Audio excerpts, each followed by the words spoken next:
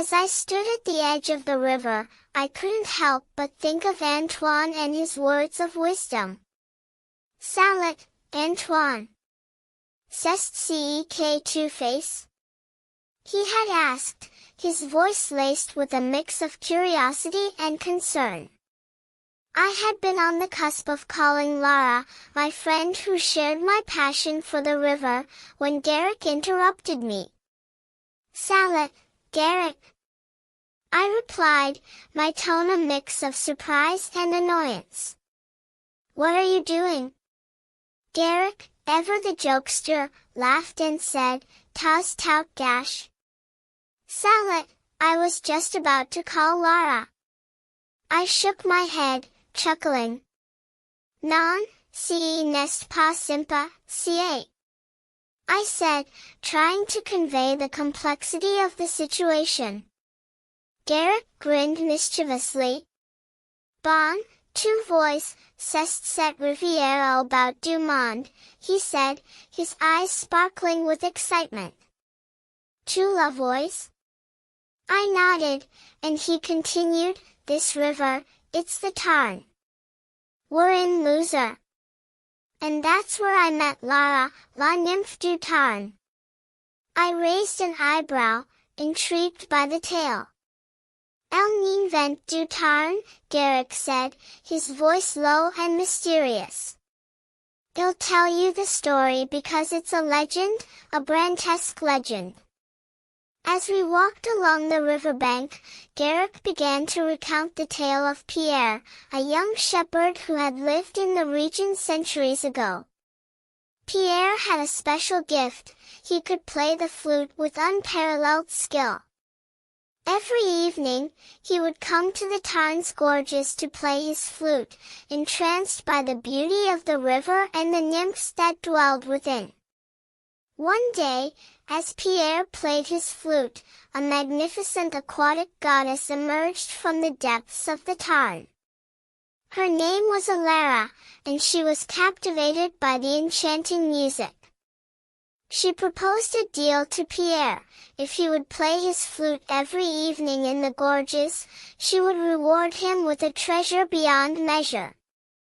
Pierre, enticed by the promise, became increasingly consumed by his newfound love for the nymph and the treasure. He began to neglect his duties as a shepherd and spent more and more time in the gorges, playing his flute for Alara. But as time passed, he realized that he had made a terrible mistake. He lost the treasure, and Alara disappeared into the depths of the Tarn. From that day on, Pierre roamed the gorges, searching for Alara and the treasure, but to no avail. The legend says that Pierre's story teaches us that there is more to life than material possessions and earthly desires. It's a reminder to appreciate the beauty of nature, the soul, and the music that brings us closer to the divine.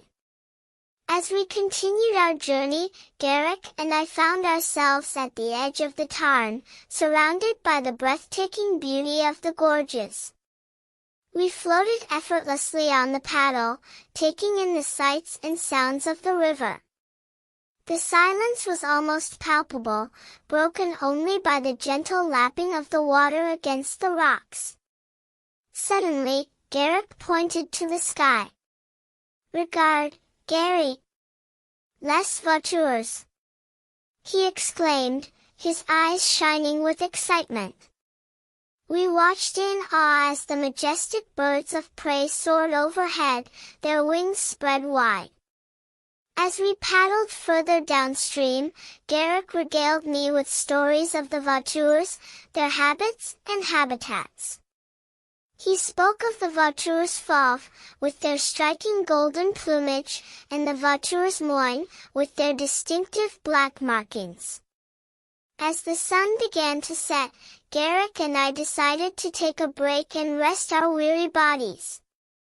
We settled onto the riverbank, the sound of the water lapping against the shore creating a soothing melody.